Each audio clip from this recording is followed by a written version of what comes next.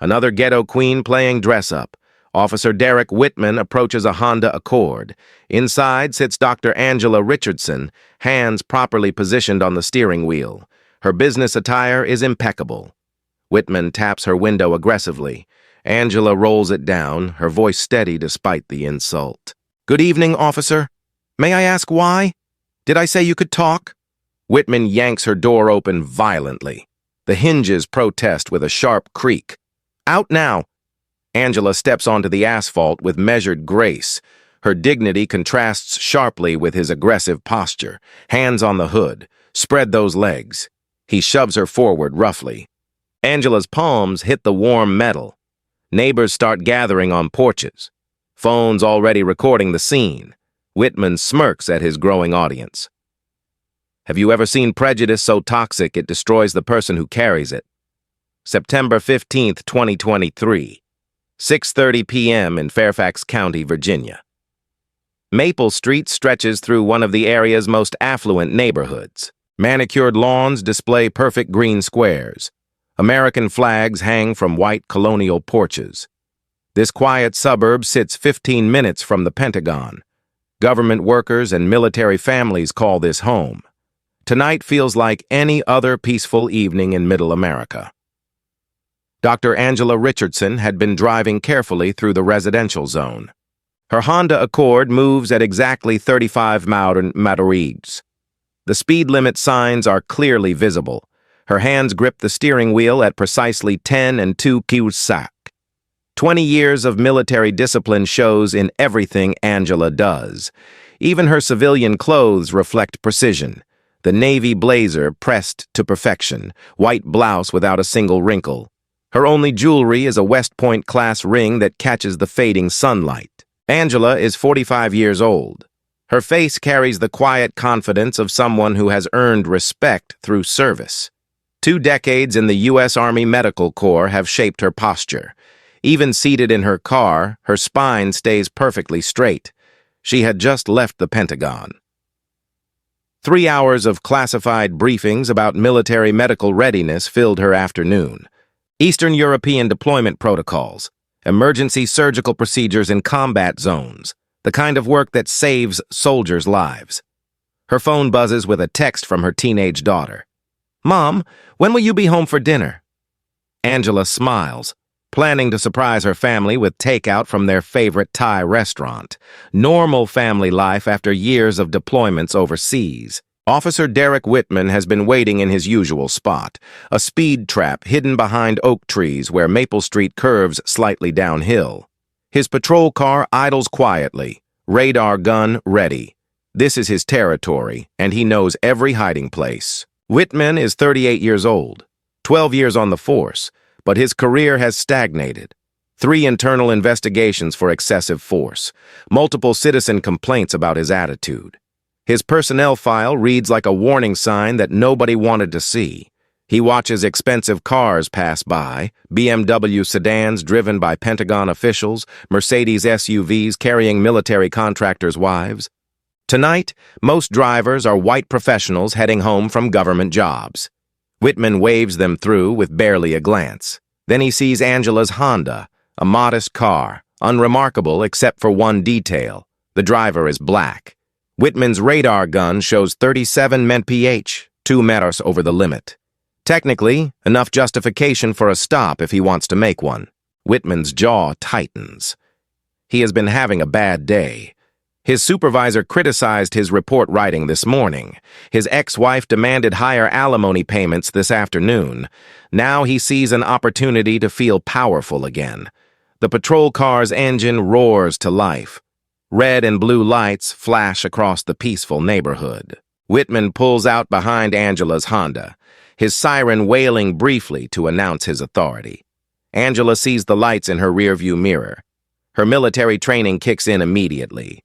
Find a safe place to stop. Keep hands visible. Stay calm and professional. She signals right and pulls over beside Riverside Park. Children stop playing on nearby swings to watch the traffic stop. Their parents emerge from colonial homes, curious about the police activity. This neighborhood rarely sees dramatic incidents. Tonight will be different. Mrs. Lane, a retired teacher, steps onto her front porch. She has lived here for 30 years. She knows the rhythm of this street. Cars rarely speed through residential areas.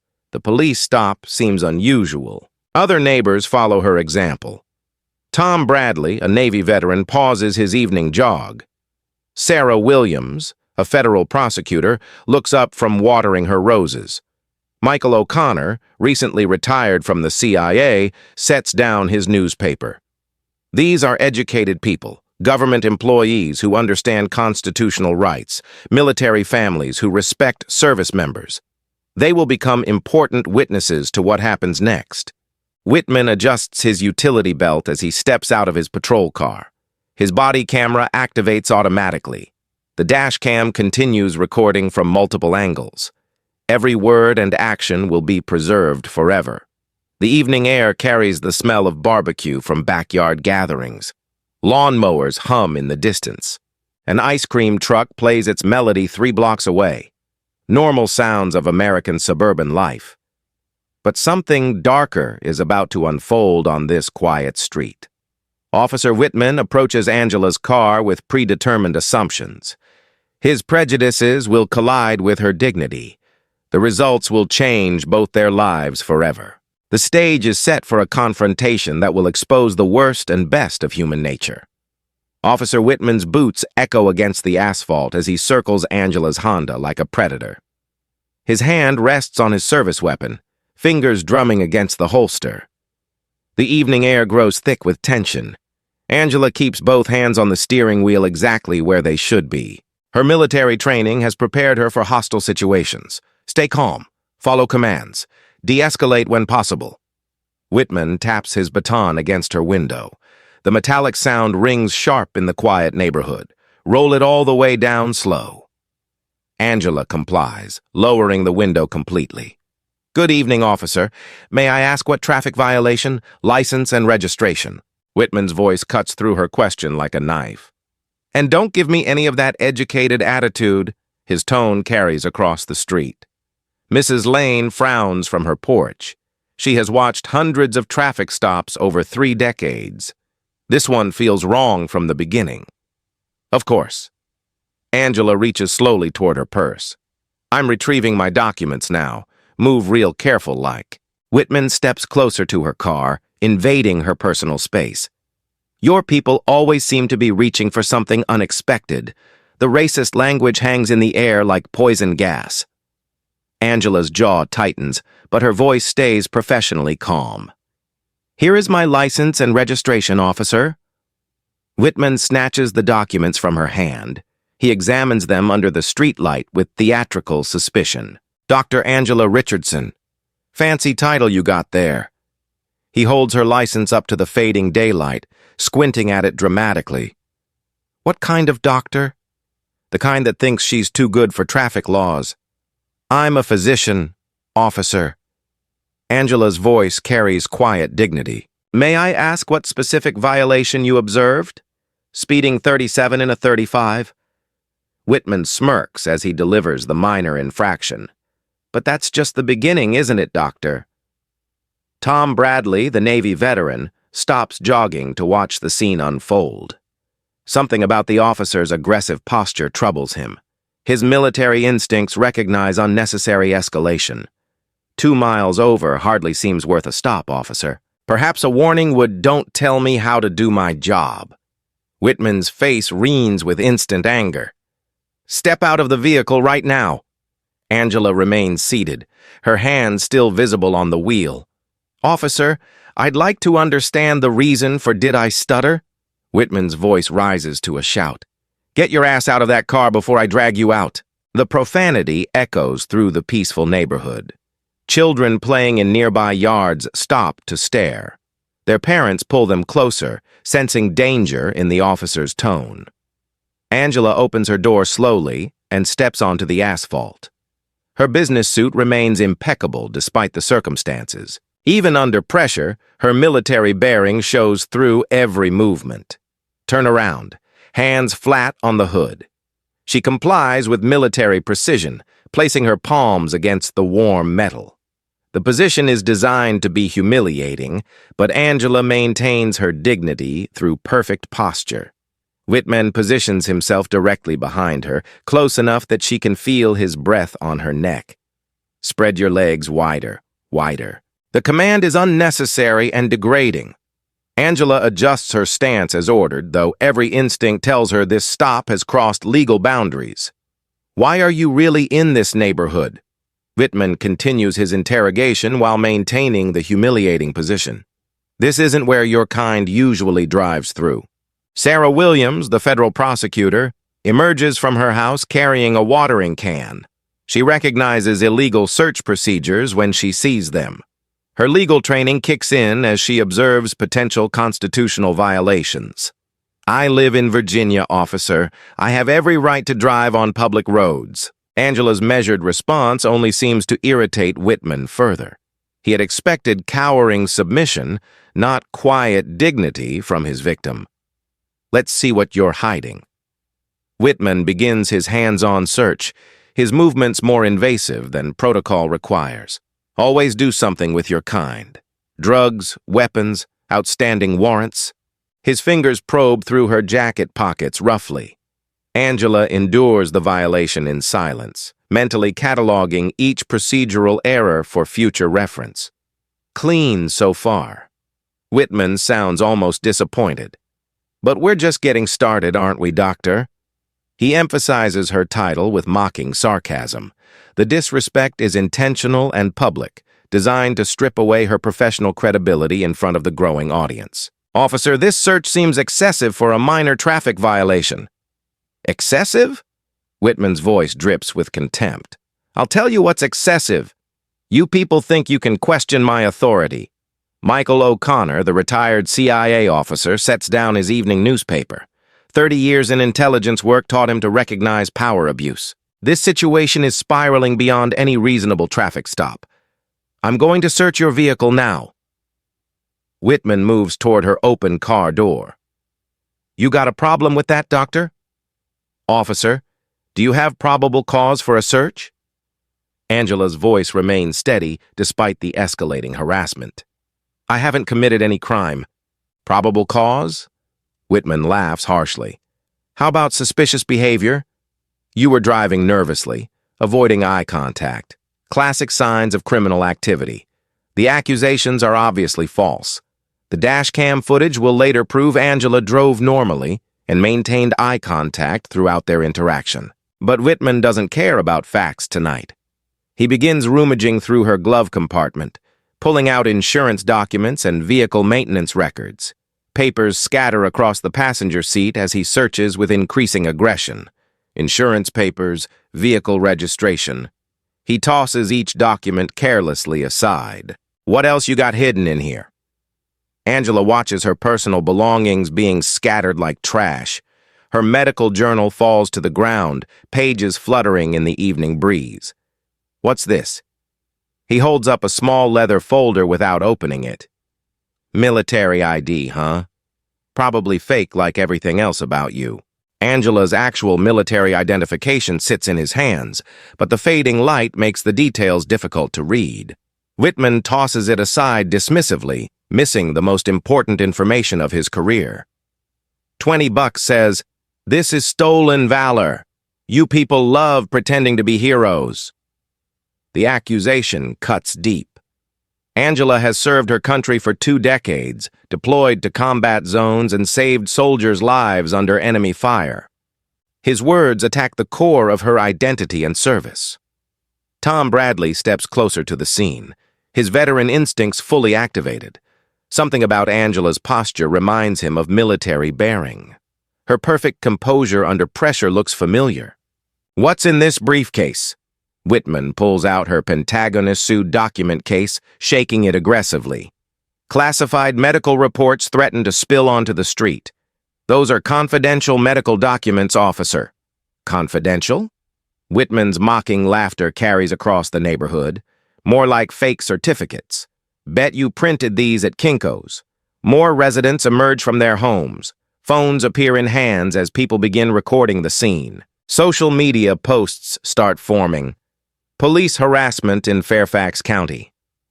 Officer, I've been cooperative throughout this stop. Angela's voice carries quiet authority. I'd like to speak with your supervisor. You'll speak when I tell you to speak. Whitman slams her car door shut with unnecessary force. The sound echoes like a gunshot through the quiet neighborhood.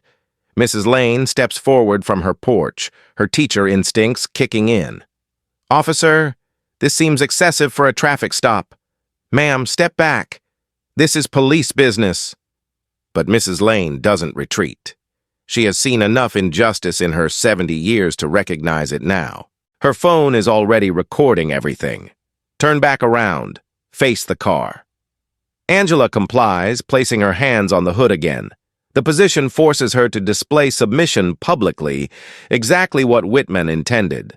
But her military discipline keeps her spine straight and her head high. You think you're better than me, don't you? Whitman's personal insecurities bleed through his authority. With your fancy degree and your doctor title, his voice carries the bitter resentment of someone who blames others for his own failures. 12 years on the force without a promotion, multiple investigations, a career stalled by his own behavior. I'm just trying to understand what law I violated, officer. Angela's calm response only fuels Whitman's anger. He expected fear, submission, maybe tears. Instead, she maintains professional composure that makes him feel smaller by comparison. The confrontation has lasted 15 minutes now. What began as a questionable traffic stop has evolved into public harassment with clear racial undertones. The gathering crowd watches with increasing concern and growing anger. The scene is set for even greater escalation. The situation spirals beyond any reasonable traffic stop. As Whitman's aggression reaches dangerous new levels, his body language becomes increasingly threatening. Shoulders squared and chest puffed out like a strutting rooster asserting dominance. I smell alcohol on your breath. Whitman leans closer to Angela's face, his own breath reeking of coffee and cigarettes. We're going to do a field sobriety test right here. The accusation is absurd. Angela hasn't consumed a drop of alcohol. She had spent the afternoon in classified Pentagon briefings, then drove straight home. But Whitman's lie will justify further humiliation. Officer, I haven't been drinking. I'd be happy to take a breathalyzer test. We'll do this my way. Whitman steps back, creating space for his performance.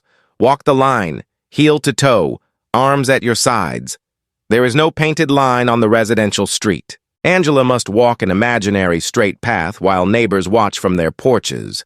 The test is designed to make her look foolish and unstable. Angela begins walking with military precision. Each step lands perfectly in line, her balance flawless, despite the unnecessary heels of her professional attire. 20 years of military training show in every movement. Stop. You're swaying. Whitman's voice carries clearly across the quiet street. Obvious signs of intoxication. Mrs. Lane shakes her head from her porch. The woman walked straighter than most police officers she had observed. This charade has gone far enough. Try again. This time, count out loud. 1, 2, 3. Angela complies, her voice clear and steady as she counts each step. 1, 2, 3, 4. Her enunciation is perfect, without the slightest slur or hesitation. Tom Bradley pulls out his cell phone and begins recording. His Navy training taught him to document everything. When superior officers abused their power, this civilian officer needed the same treatment. Now stand on one foot. Hold your arms out like this. Whitman demonstrates an exaggerated pose designed to look ridiculous. Count to 30 out loud. The humiliation continues as Angela balances perfectly on one foot. Her core strength from years of military fitness training makes the test effortless, but Whitman searches for any excuse to declare her impaired. 1, 2, 3, 4. Angela's voice stays steady and clear. Her balance never wavered despite standing on uneven asphalt in business heels. 26, 27, 28, 29, 30. She completes the count flawlessly, but Whitman shakes his head with theatrical disappointment. Failed. Obvious impairment. His lie is so blatant that several neighbors voice their objections from the gathering crowd. "That's ridiculous," calls out Sarah Williams, the federal prosecutor. "She performed perfectly. Ma'am, I need everyone to step back or you'll be arrested for interfering with police business. The threat silences some observers, but others continue recording with their phones." Social media posts multiply as the video spreads across neighborhood Facebook groups and Twitter feeds. "Now, we're going to search this vehicle thoroughly." Whitman returns to Angela's Honda with renewed purpose. Something's not adding up here. He opens every door and begins pulling out the contents systematically. Angela's gym bag hits the asphalt first, followed by her medical journals and continuing education materials. "What's all this medical stuff? Are you running some kind of drug operation?" The accusation grows more ridiculous by the minute. Angela's legitimate medical textbooks and professional journals scatter across the ground like discarded trash. "Those are my medical references, officer. I'm required to maintain continuing education credits." "Sure they are." Whitman kicks through the pile of books with his boot. "Bet these are fake, too. Everything about you screams fraud." Michael O'Connor moves closer to the scene, his intelligence background making him suspicious of Whitman's motives. No legitimate law enforcement officer would conduct such an obviously illegal search. "What's in this folder?" Whitman holds up Angela's Pentagon security briefing materials. Classified medical protocols for battlefield surgery are clearly marked on the cover. "Those are confidential military medical documents, officer." "Military?" Whitman laughs harshly. "Right, and I'm the Secretary of Defense." He flips through pages of genuine classified information, too ignorant to recognize the significance of what he holds. Angela watches in horror as national security documents flutter in the evening breeze. "Officer, those documents are classified. They need to be handled properly." "Classified? My ass. These look like something you downloaded from Google." A car passes slowly on Maple Street, the driver gawking at the spectacle. Word is spreading through the neighborhood via text messages and social media posts. More residents emerge from their homes to witness the unfolding drama. Turn around again. Hands on the car. Angela has already assumed this position multiple times, but Whitman forces her into it again. The repeated humiliation serves no law enforcement purpose beyond satisfying his need for control. "You're going to tell me the truth now." Whitman positions himself inches behind Angela, his voice dropping to a menacing whisper. "What are you really doing in this neighborhood?" "I was driving home from work, officer. Someone like you doesn't belong in this area." His mask of professional authority continues slipping, revealing the racist assumptions driving his behavior. Angela's expensive business attire and educated speech patterns threaten his worldview. "Where do you really live?" "Section 8, housing, government assistance apartment." The questions reveal Whitman's prejudiced thinking. He cannot conceive that a black woman might legitimately afford to live in an affluent neighborhood or hold a professional position. "I live in Fairfax County, officer. I pay taxes here just like everyone else." "Taxes?" Whitman's voice drips with sarcasm. "What taxes? Welfare recipients don't pay taxes." The racist assumptions flow freely now, captured by multiple recording devices.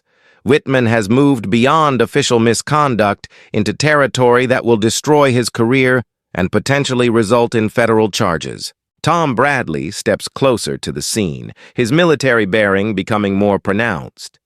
Something about Angela's composure under extreme pressure reminds him of officers he served overseas. "Officer, this has gone far enough." Tom's voice carries the authority of someone accustomed to command. "This woman has done nothing wrong. Sir, I need you to step back immediately. I'm a United States Navy veteran, and I'm watching you violate this woman's constitutional rights." Tom's military credentials give weight to his objections. Other veterans in the neighborhood begin gravitating toward the scene, drawn by the confrontation. Everyone needs to disperse now, or you'll all be arrested for interference.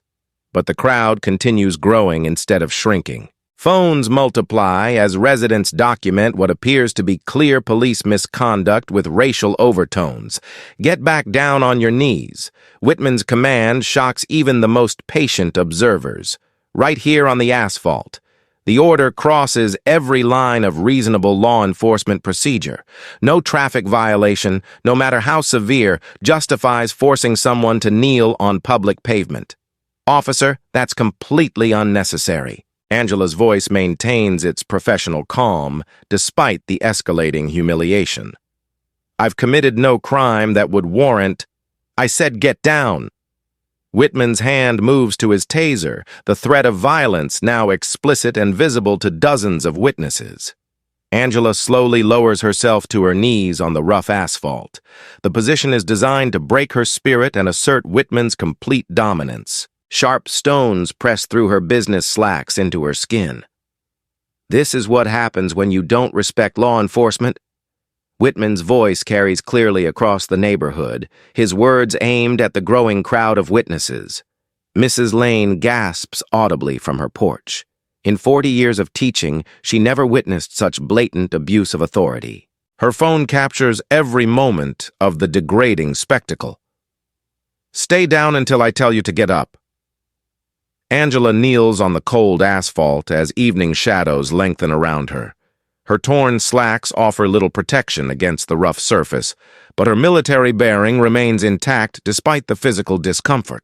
Sarah Williams, the federal prosecutor, steps forward from the crowd. Officer, I'm an attorney with the Justice Department. This treatment violates multiple federal statutes. Ma'am, step back or you'll be arrested too. But Sarah holds her ground, her legal training recognizing a clear case of civil rights violations unfolding before her eyes. Minutes pass as Angela remains kneeling while Whitman searches through her scattered belongings again. The degrading position serves no law enforcement purpose beyond satisfying his psychological need for control. The stage is set for a revelation that will change everything. A second police cruiser approaches with flashing lights, its engine humming against the evening air. Officer Janet Martinez steps out, her 20-year veteran instincts immediately sensing something wrong with the scene before her. Martinez surveys the situation with trained eyes, a well-dressed black woman kneeling on asphalt, scattered documents and personal belongings, a growing crowd of angry neighbors recording everything with their phones. Whitman, what's the situation here? Martinez keeps her voice professional, but her tone carries concern about what she's witnessing. Suspicious subject, possible DUI, resisting commands. Whitman's responses sound rehearsed, like he's practiced these lies before. Martinez observes Angela's obviously sober demeanor and compliant behavior. Nothing about this scene matches a DUI stop or resisting arrest situation. Her partner has clearly crossed several lines tonight. Ma'am, are you injured? Martinez addresses Angela directly, breaking protocol by not deferring to Whitman's authority. No injuries, officer. Thank you for asking. Angela's voice carries quiet dignity despite her degrading position on the pavement. Martinez notices something familiar about Angela's bearing. The perfect posture even while kneeling, the measured speech patterns, the calm composure under extreme pressure. These traits remind her of military personnel she's encountered. Derek, help me understand the timeline here. Martinez begins gathering information while subtly examining the scattered documents around Angela's car. Her eyes catch official letterhead among the papers blowing across the asphalt. Pentagon logos, Department of Defense seals, Medical Corps insignia. These aren't typical civilian documents. Martinez picks up a laminated identification card that Whitman had dismissed earlier. The fading light makes reading difficult, but she angles it toward a street lamp for better visibility. Her face transforms as the details become clear. Colonel Angela Richardson, United States Army Medical Corps, Pentagon security clearance, active duty status. The realization hits Martinez like a physical blow to her chest. Her partner has been abusing a senior military officer for the past 30 minutes. The career implications alone could destroy the entire department. Derek. Martina's voice carries new urgency as she approaches Wittmann with the military ID. "You need to see this immediately." Wittmann takes the identification card with casual indifference, still believing his authority remains unchallenged. His eyes scan the official credentials with growing confusion. The color drains from his face as comprehension dawns. "Colonel, United States Army, 20 years of service. Pentagon clearance. Every detail contradicts his assumptions about the woman he's been humiliating." This can't be."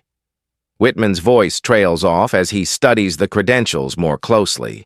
His hands begin trembling as the magnitude of his error becomes clear. Angela speaks with quiet authority from her kneeling position. "Officer Wittmann, I believe you have something that belongs to me." Her voice has changed completely. The submissive compliance is gone, replaced by the unmistakable tone of military command. 20 years of leading medical teams under combat conditions flows through every word. "Colonel Richardson." Martinez's training kicks in as she recognizes proper protocol for addressing senior military personnel. "Ma'am, I sincerely apologize for this incident." Angela rises slowly from the asphalt, brushing gravel from her torn business slacks with military precision. Her dignity returns instantly, no longer hidden behind forced compliance. "Officer Martinez, I am Colonel Angela Richardson, United States Army Medical Corps."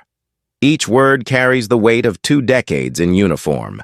"I have just returned from classified briefings at the Pentagon regarding military medical readiness protocols." The formal introduction transforms the entire dynamic. Wittmann stands frozen with her credentials in his shaking hands, finally understanding what he has done. "Colonel, please accept my deepest apologies." Martinez immediately shifts into professional damage control mode. This situation will be reported through proper channels. The gathering crowd erupts as Angela's true identity spreads through the neighborhood. Veterans among the witnesses snap to attention positions, their respect obvious and immediate. "Thank you for your service, Colonel," calls out Tom Bradley, his Navy background evident in his crisp salute despite civilian clothes. 20 years of service, and this is how we treat our military officers, shouts another veteran observer, his outrage echoing across the street. Social media posts explode with updates. Army colonel forced to kneel by racist cop. Military hero abused during traffic stop. Pentagon officer humiliated on suburban street. Angela's military bearing becomes unmistakable now that her identity is revealed. The perfect posture, measured movements, and calm authority under pressure all make complete sense to the watching crowd. Officer Wittmann, Angela's command presence, fills the evening air as she addresses her tormentor directly. "Your conduct tonight violated numerous constitutional protections and exceeded all lawful authority." Wittmann's earlier arrogance crumbles completely. The racist assumptions that drove his behavior for 30 minutes have been shattered by reality. His career lies in ruins at his feet. "Colonel, I didn't realize the lighting made it difficult to see your identification clearly." His excuses sound pathetic, even to his own ears. "The lighting had nothing to do with your assumptions about my character, officer." Angela's response cuts through his lies with surgical precision. Every witness understands exactly what motivated Wittmann's behavior tonight. Martinez steps forward to take control of the deteriorating situation. "Colonel Richardson, I'm calling my supervisor immediately. This incident requires immediate attention at the highest levels. The power dynamic has completely reversed." Minutes ago, Angela knelt on rough asphalt at Wittmann's command. Now she stands with the authority of military rank while his career dissolves around him. The storm Wittmann unleashed has finally reached him. The radio crackles to life as Martinez calls for immediate supervisor response. Unit 247 requesting Sergeant Morrison at Maple Street and Oak Avenue. Priority 1 incident requiring command presence. Within minutes, the distinctive sound of a third police cruiser approaches. Sergeant Patricia Morrison, a 25-year veteran with an impeccable record, steps out and immediately assesses the explosive situation before her. Morrison's trained eyes take in every detail. A distinguished black woman in torn business attire. Scattered Pentagon documents across the asphalt. A crowd of angry neighbors holding phones. Her officer standing pale and trembling beside a woman who radiates unmistakable military authority. Colonel Richardson. Morrison approaches with the respect due to senior military personnel. I am Sergeant Morrison, Fairfax County Police. I deeply regret this incident and offer our department's sincerest apologies. Angela acknowledges the apology with professional grace while maintaining her dignity. Sergeant, I appreciate your professionalism. However, this situation requires comprehensive review and accountability. Morrison nods grimly, already understanding the career-ending implications for everyone involved. Colonel, may I have your contact information for our internal affairs investigation? This incident will receive our highest priority attention, of course. Angela provides her Pentagon office number and military email address. I expect a thorough examination of Officer Whitman's conduct, training records, and previous complaints. Whitman attempts one final desperate defense of his actions. Sergeant Morrison, I followed standard traffic stop procedures. The identification wasn't clearly visible in the fading light. I had no way to know. Officer Whitman, be quiet. Morrison's command cuts through his pathetic excuses like a blade. Your body camera recorded everything. The evidence speaks for itself. Martinez steps forward with Angela's military credentials still in her hand. Sergeant Colonel Richardson's Pentagon identification was clearly visible. Officer Whitman dismissed it as fake without proper examination. The weight of evidence continues mounting against Whitman. Every lie he told, every assumption he made, every violation of procedure has been captured on multiple recording devices. Officer Whitman, you are hereby suspended from active duty pending internal affairs investigation. Morrison's words carry the finality of career death. Surrender your service weapon badge and body camera immediately. Whitman's face crumbles as he realizes the full consequences of his actions. 24 hours ago, he wore the badge with authority. Now he removes it with shaking hands. His law enforcement career effectively over. Sergeant, this seems excessive. I made an honest mistake in difficult lighting conditions. Whitman's voice wavers as he tries one more desperate appeal. Honest mistake. Morrison's voice rises with barely controlled anger. You forced a United States Army colonel to kneel on public pavement based on racial assumptions. The gathered crowd murmurs approval as Morrison addresses the obvious motivation behind Whitman's conduct. No one present believes lighting conditions influenced his behavior. Mrs. Lane steps forward from her porch position. Sergeant, I witnessed the entire incident. That officer used racist language and excessive force from the very beginning. Other neighbors voice similar observations, their testimony building an overwhelming case against Whitman's version of events. The community has united against the injustice they witnessed. Colonel Richardson, would you be willing to provide a formal statement for our investigation? Morrison continues following proper procedures despite the obvious outcome. I will cooperate fully with appropriate authorities. Angela's response maintains professional standards while reserving her legal rights. I also intend to file complaints with federal agencies regarding civil rights violations. Tom Bradley approaches the group, his Navy veteran status evident in his bearing. Colonel, I served 22 years myself. If you need character witnesses, half this neighborhood are veterans who will testify on your behalf. The offer of community support visibly moves Angela, though she maintains her composure. Thank you for your service, sailor. Your support means everything. Local news crews begin arriving as social media posts draw media attention to the unfolding story. Police force Army Colonel to kneel trends rapidly across multiple platforms. A news reporter approaches the scene with camera equipment. Colonel Richardson, would you be willing to comment on tonight's incident? I served this country for 20 years to protect the constitutional rights of all Americans. Angela's statement carries the weight of genuine conviction. No citizen should endure what happened here based on the color of their skin. Morrison completes the evidence collection process while Whitman stands stripped of his authority. His service weapon, badge, and body camera join the growing pile of evidence that will seal his fate. Officer Martinez will complete the incident report. Morrison addresses the crowd of witnesses. Anyone who recorded tonight's events, please provide copies to support the investigation. Phones emerge from pockets as neighbors eagerly volunteer their video evidence. The digital documentation will make any defense impossible for Whitman to maintain. The immediate accountability has begun, but deeper justice awaits. 48 hours after the incident, Internal Affairs Detective Sarah Williams sits in her sterile office reviewing Derek Whitman's personnel file. The thick folder tells a disturbing story of escalating misconduct that should have ended his career years ago. 3 previous excessive force complaints, 2 racial profiling incidents swept under administrative rugs, multiple citizen complaints about hostile behavior toward minorities. The pattern screams systematic failure of departmental oversight. Detective Williams, we have another witness coming forward. Her assistant places a new file on the already towering stack. Maria Santos, traffic stop from 2019. Similar circumstances.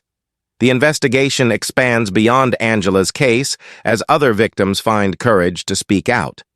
Previous incidents, once dismissed as isolated complaints, now form a clear pattern of civil rights violations under color of law. Williams picks up her phone to dial the FBI Civil Rights Division. Agent Thompson, we need federal involvement in the Whitman case. This goes deeper than one incident. Meanwhile, CNN's morning show opens with breaking news footage. Army colonel forced to kneel by police officer dominates the news cycle as video clips spread across social media platforms worldwide. The Pentagon issues an official statement within hours.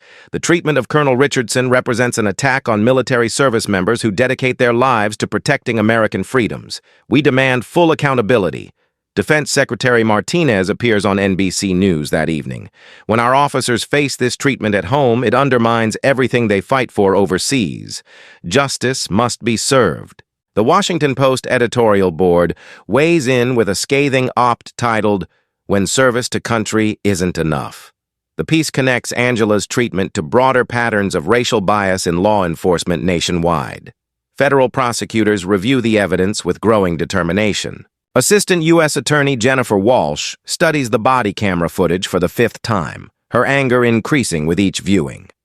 This is textbook deprivation of rights under color of law. Walsh addresses her team of prosecutors. We're filing federal hate crime charges alongside the civil rights violations. The legal machinery accelerates as multiple jurisdictions coordinate their response. State prosecutors prepare assault and false imprisonment charges while federal authorities build their civil rights case.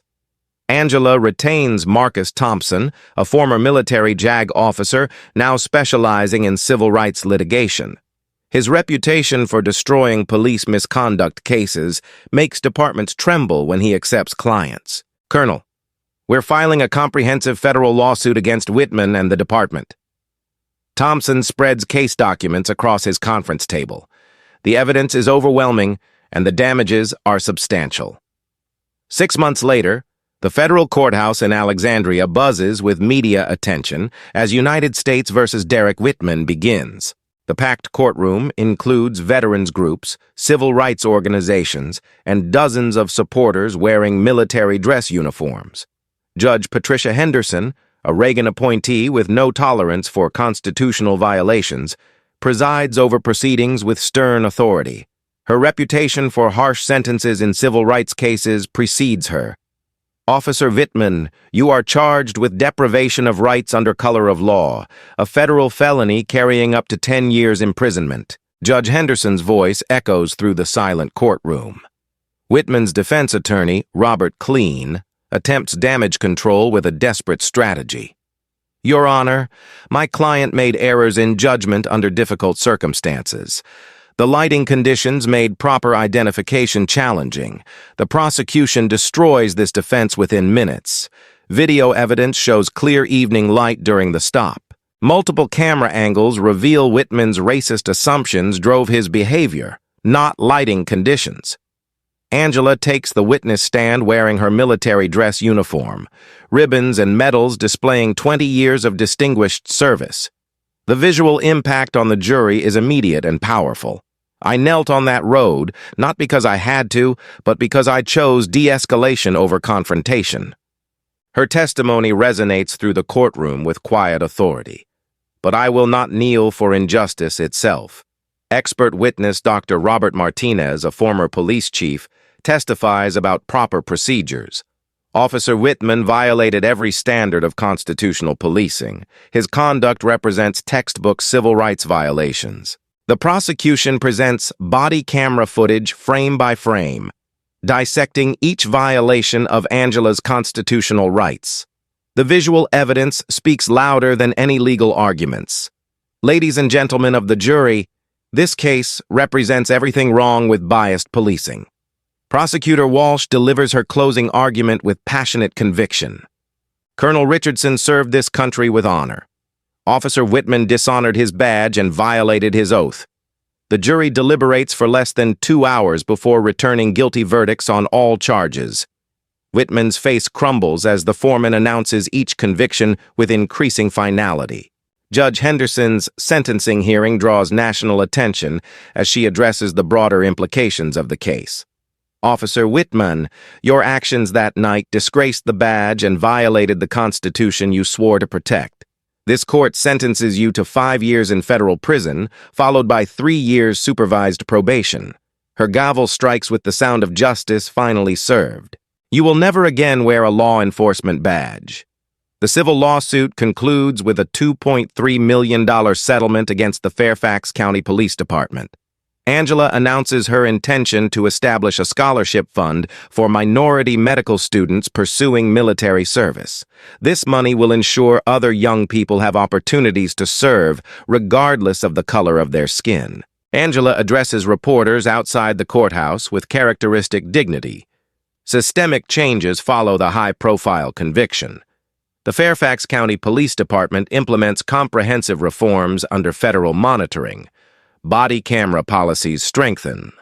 Cultural sensitivity training becomes mandatory. Police mice nationwide begin teaching the Richardson case as an example of how bias destroys careers and violates constitutional rights. The incident becomes required study material for law enforcement training. Virginia's legislature passes the Colonel Richardson Act, strengthening penalties for civil rights violations by law enforcement officers. Other states follow with similar legislation inspired by Angela's case. The broader impact extends beyond legal reforms. Angela testifies before Congress about police accountability and constitutional rights. Her composed testimony influences federal legislation on police reform. Power without accountability becomes tyranny, she tells lawmakers. But our Constitution remains stronger than any individual's prejudice. Whitman begins serving his sentence at a federal facility in Pennsylvania. His fellow inmates quickly learn about his conviction for abusing a military officer. Prison justice operates by different rules than civilian courts. The ripple effects continue expanding as other victims of police misconduct find courage to speak out. Angela's case becomes a catalyst for broader conversations about racial bias in law enforcement. Legal scholars cite Richardson versus Whitman in discussions about civil rights enforcement and qualified immunity limitations. The case establishes important precedents for future litigation. Angela's military career continues with renewed purpose.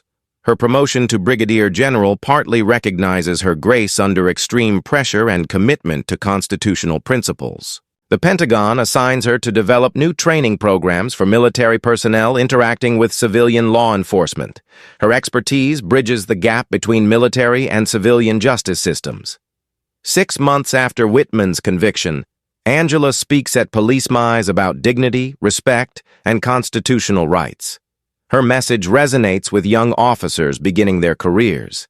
Every badge represents a sacred trust, she tells new recruits. Honor it or lose it. Justice, though delayed, has been thoroughly served. 1 year later, Brigadier General Angela Richardson stands at her Pentagon office window, gazing across the Toic River toward the Capitol Dome, gleaming in morning sunlight. Her promotion ceremony occurred 3 months ago, attended by colleagues who witnessed her extraordinary grace under the most degrading circumstances imaginable. The intersection of Maple Street and Oak Avenue now features a small bronze plaque embedded in the sidewalk.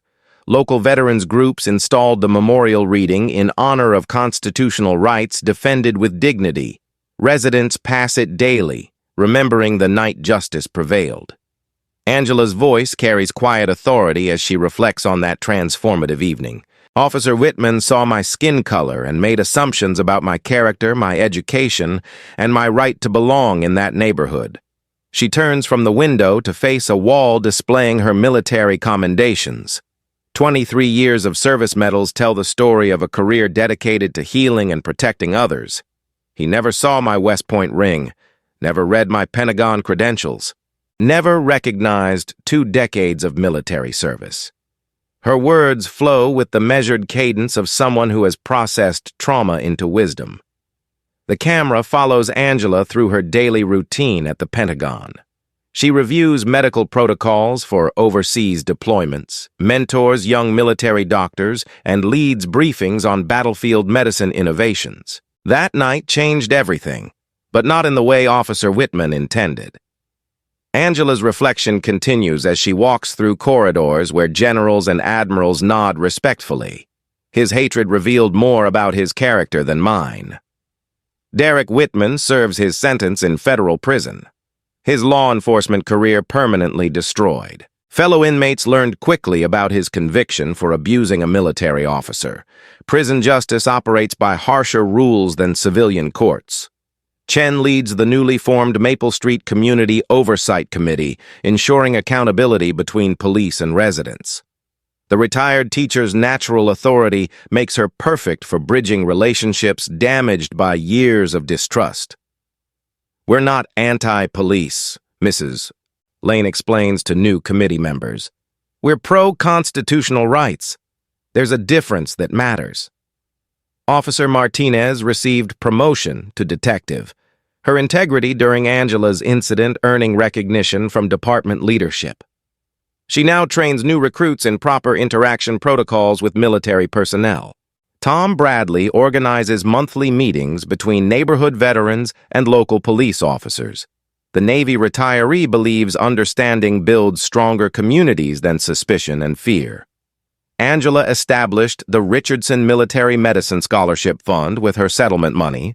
The program supports minority students pursuing medical careers in military service, ensuring diversity in future leadership. Education remains the most powerful weapon against ignorance, Angela tells scholarship recipients at their annual dinner. Use it wisely to serve others. The case study of United States versus Derek Whitman appears in law enforcement training curricula nationwide.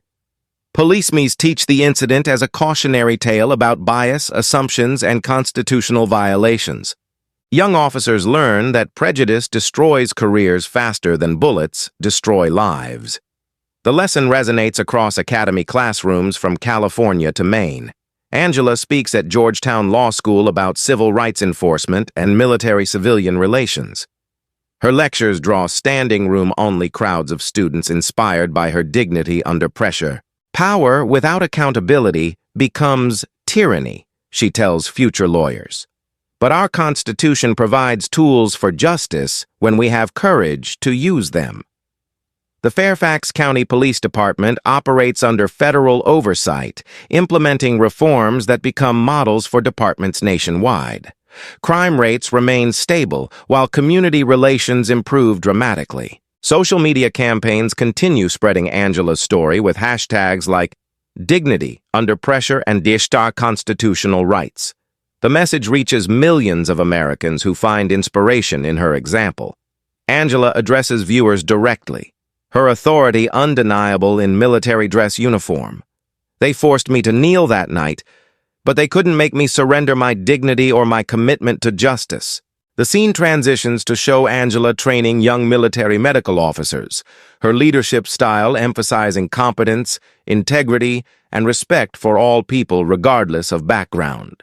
Every day I choose to serve not for recognition, but for the promise America represents to every citizen willing to defend it. Her final words carry the weight of genuine conviction earned through service and sacrifice. That promise is worth kneeling for, worth standing for, worth fighting for. The camera pulls back to show the American flag flying over the Pentagon as Angela continues her work protecting those who protect others. Share this story not for clicks or likes, but because the truth deserves to be heard. The call to action appears as text overlay while Angela's voice continues. Subscribe to Blacktail Stories. Stay informed, but more importantly, stay engaged in your community. Follow for more stories where justice prevails over prejudice. Additional text appears with social media links and voter registration resources. Angela's final question appears on screen as her voice asks, "What would you have done that night? More importantly, what will you do tomorrow to build the America we all deserve?" The screen fades to black with a final message. Justice delayed is not justice denied. Sometimes it's justice perfected.